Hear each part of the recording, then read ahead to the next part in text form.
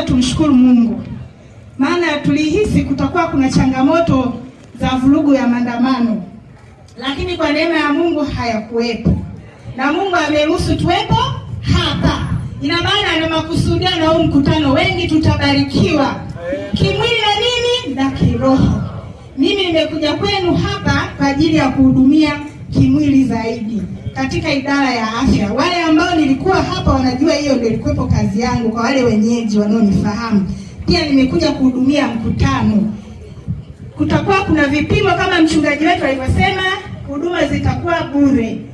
Kama mtangulizi daktari alivyosema, usisubiri uhisi kuumwa, njoo ujue. Kuna magonjwa mengine yanaanza mwilini pasipo dalili yoyote. Kwa hiyo ni vizuri kifika pale, ukikutwa hauna changamoto, mshukuru Mungu. Ukikutwa una changamoto imeanza au ulikuwa hauelewi, pia utamshukuru Mungu, maana huduma hii ya mikutano imekufanya ujue afya yako. Tutakuwa tuna vipimo bure.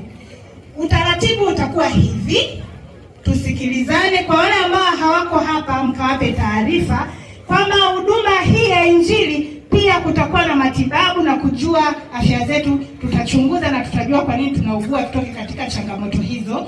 Vipimo vitakuwa bure. Kutakuwa na kipimo cha mwili mzima, kusikani mwili mzima, lakini pia kutakuwa na huduma ya vipimo vingine vidogo vidogo. Nitaje baadhi.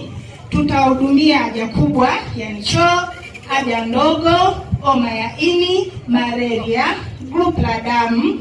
Tutakuwa na mbona vinanipotea, ila hiyo mnakamata magonjwa ya zinaa. Kwa wale ambao unahisi yamkini nina ujauzito, tutakuwa na huduma hiyo, ujue je, nina ujauzito au nimepitiliza tu kwa hofu labda na mzunguko haujakaa sawa.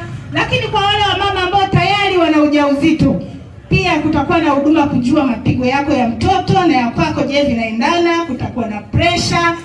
Vipimo kama hivyo vitakuwepo tena bure, pasipo kutoa gharama yoyote. Na pia ushauri, hata kama utaki kupima unahitaji ushauri, utapata pia.